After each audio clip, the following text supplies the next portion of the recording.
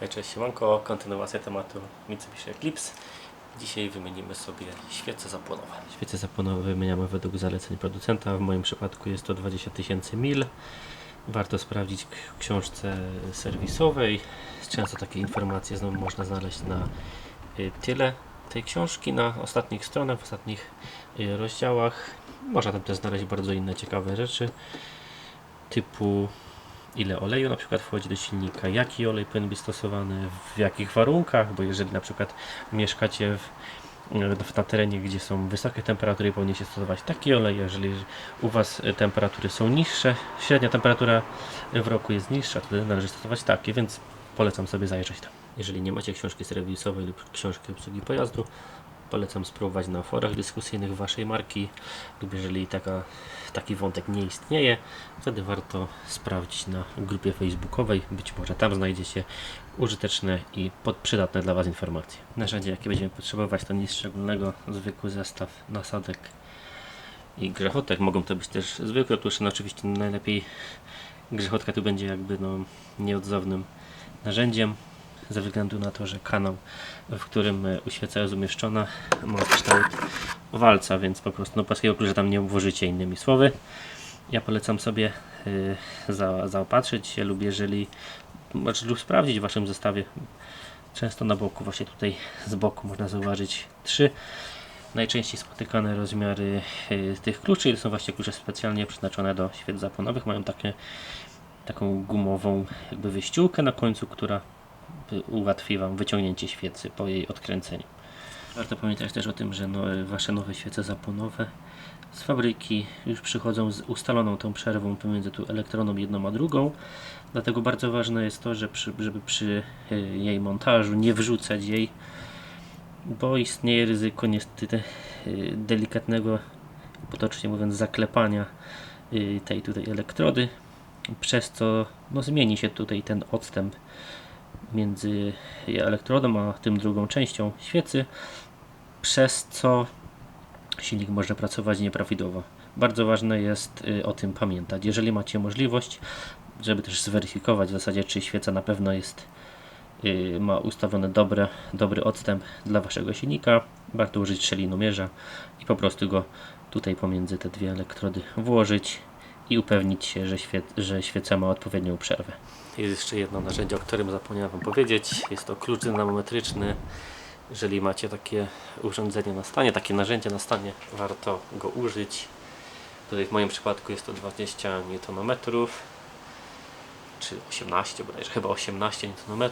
Tak się składa, że taki klucz dynamometryczny, którym ja dysponuję, ma zakres pracy od 25, więc będę to musiał zrobić po prostu na wyczucie.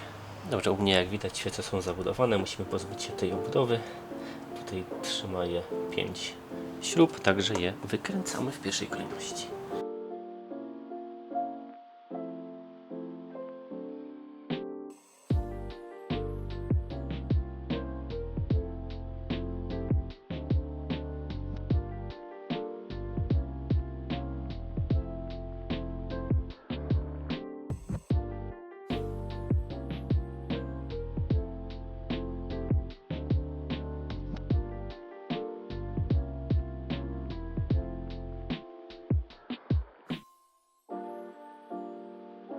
Jak widzicie, pozostało nam jedynie teraz wyciągnąć przewody zapłonowe i odkręcać świecę. Ja polecam to robić pojedynczo, czyli najpierw wyciągamy jedną, odkładamy sobie ją na bok.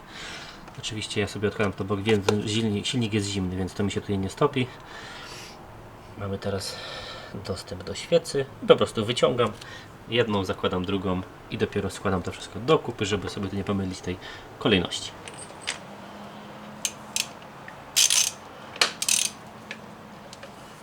Bardzo lekko była dokręcona. Bardzo lekko.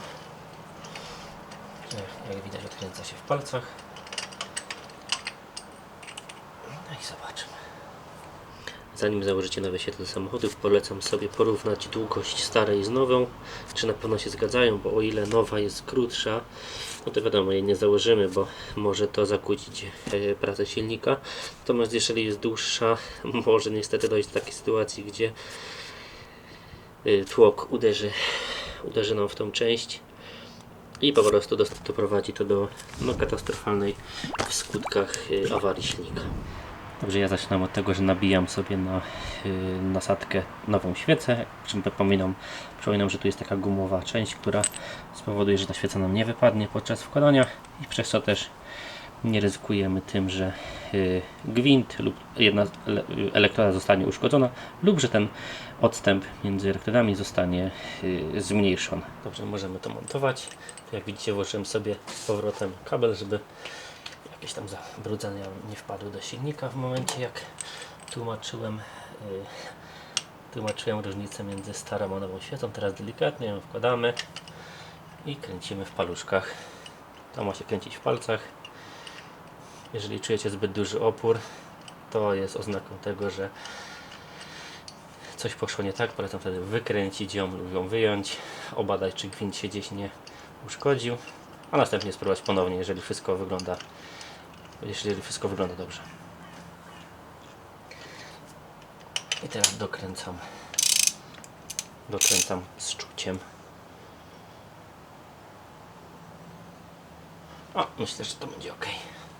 Jak widzicie, świeca pierwsza weszła bez problemu, wkręciła się, więc teraz powtórzę operację na cylindrze numer 3, 2 i 1. Zrobię już to poza kamerą, a następnie zrobimy małe podsumowanie.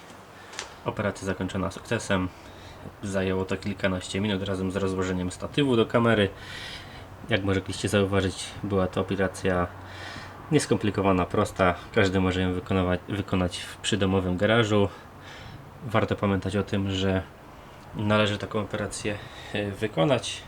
Najczęściej słyszy się jednak o tym, że ludzie wymieniają filtry, olej, a świece, przynajmniej w moim otoczeniu, o świecach raczej mówi się dopiero w momencie wtedy, jeżeli silnik zaczyna przerywać lub nierówno pracować. W tym odcinku to będzie na tyle. Dzięki za uwagę. Zapraszam do komentowania, lajkowania i subskrybowania, żeby być na bieżąco.